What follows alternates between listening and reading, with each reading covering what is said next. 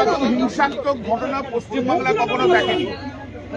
শুভেন্দু অধিকারী মুখ্যমন্ত্রী হওয়ার তার যে প্রতিশোধমূলক আচরণ, সেই প্রতিশোধমূলক আচরণ আজকের এই মিছিল, তাতেও পর্যন্ত তার প্রতিশোধমূলক আচরণ দেখা গেল।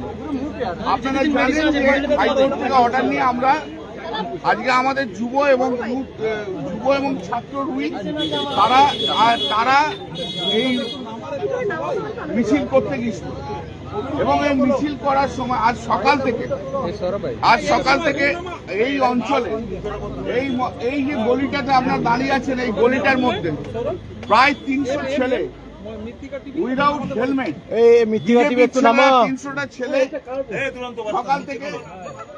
300টা ছেলে সকাল থেকে যেভাবে মোটরসাইকেল নিয়ে, বাইক নিয়ে এখানে মিছিল করেছে এবং মমতাদির উদ্দেশ্যে যে অশ্রাব্য ভাষায় গালাগাল দিচ্ছে, মানে আনবিলিভেবল। একজন মহিলার দিকে তাকিয়ে তাকে দিকে যে অশ্রাব্য ভাষা মমতা বন্দ্যোপাধ্যায়ের সম্বন্ধে ইউজ করেছে, এই পশ্চিমবাংলায় কেউ কখনো শোনেনি। এবং এরা একদম ক্রিমিনাল, একবারে ক্রিমিনালদের মতো তারা কাজ করেছে। শুধু তাই নয়, তারপর সকাল থেকে উইদাউট পারমিশন একদম কালীঘাট থেকে বালিগঞ্জ ফাঁড়ি পর্যন্ত মাইক লাগিয়ে ডিজে চালিয়েছে এবং ডিজেতে গালাগাল দেওয়া হচ্ছে। ডিজের গানগুলো, যেগুলো গালাগাল দেওয়া গান চোর গান রয়েছে, সেই গান টানগুলো দেওয়া হয়েছে। এরপর তারা যখন মিছিল শুরু করতে যায়, তার আগে সিআরপিএফ পুরো আটকে রেখে দিয়েছিল।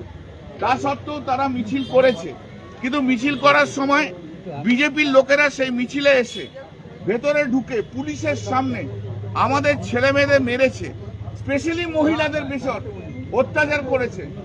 এমন কোনো জায়গা নেই মহিলাদের যেখানে আঘাত করেনি এই বিজেপির গুন্ডারা, এবং পুলিশ সেটাকে অ্যালাউ করেছে। পুলিশ থেকে নিজেরা দাঁড়িয়ে থেকে পুলিশ সেটা অ্যালাউ করেছে এবং আজকে যে ডেমোক্রেটিক রাইট, সেই ডেমোক্রেটিক রাইটকে পুরো ডিমলিশ করে দিয়েছে।